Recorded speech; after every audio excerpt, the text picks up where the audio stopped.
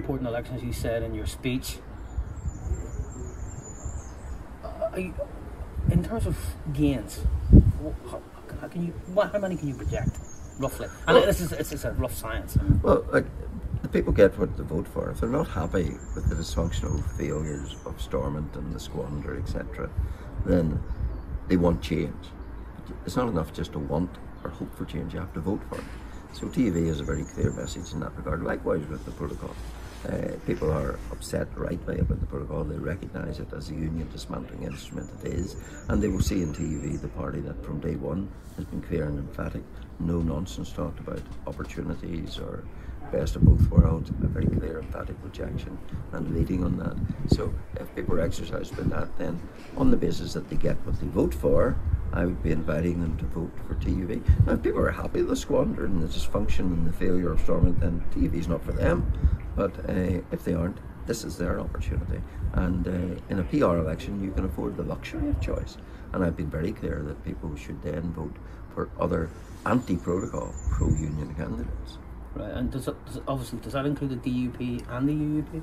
For anyone who ticks the box of being anti-protocol and pro-union, then of course it's for the electorate to decide. I'm inviting people to vote TUV number one, and after that I'm saying don't stop there.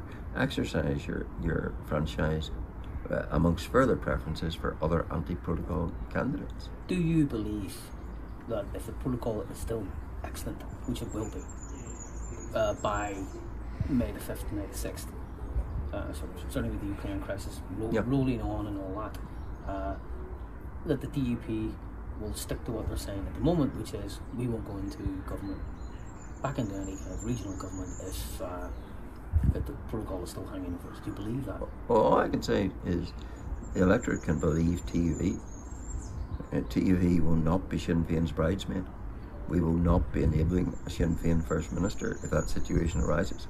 And remember, there can only ever be a Sinn Féin First Minister if they find some stooge of a unionist party to be deputy. I'm very clear, and I wish other unionist parties were equally clear. It's a very simple question. Will you or will you not, in those circumstances, enthrone and enable Sinn Féin by acting as Deputy First Minister?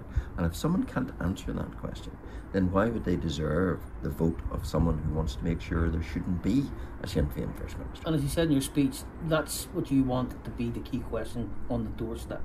Well, I think for many it is a key question, yes. I think there are two big issues in this election.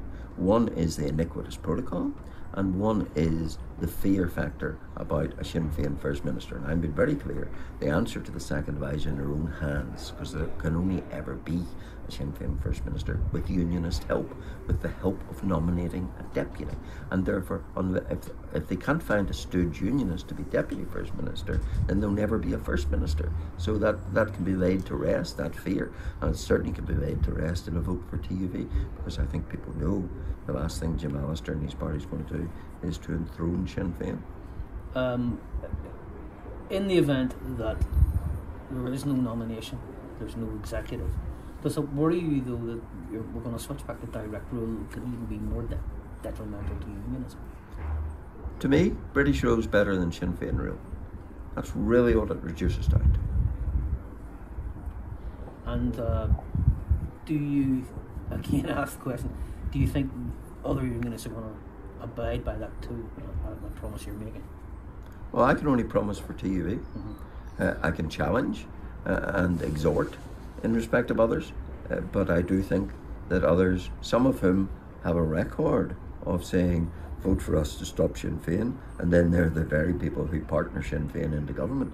So I think some people have maybe a bit of a credibility problem in that regard. TUV does not have that problem, and therefore people who are looking for certainty and the absolute assurance that if they vote TUV, it is their guarantee that their vote will never be used to empower Sinn Féin. What do you, in relation to protocol, do you realistically think the British government are that interested in changing it, abolishing it? Well, they say they are, but of course there's huge distraction at the moment with Ukraine. But they will only ever change it. They haven't put it upon us. If unionism holds the line that it is unbearable, unconscionable, will not be put up with. Now, we've made some mistakes. The puts posts. Implementing the protocol was a big mistake. Voting into legislation, a number of empowering powers, was a big mistake in Stormont. But I hope people are learning those lessons and that we can stand in unalterable rejection of the protocol. As the Unionist Declaration of Ulster Day said, that's a tall commitment. Unalterable rejection of the protocol. That doesn't leave any fraying round the edges of tinkering with the protocol, making it acceptable. It is so catastrophic for the Union. It is irredeemable. It has to go. And at the end of the day, be it long or be it short, no system, no imposition is sustainable if it does not have the consent of the Unionist people in Northern Ireland.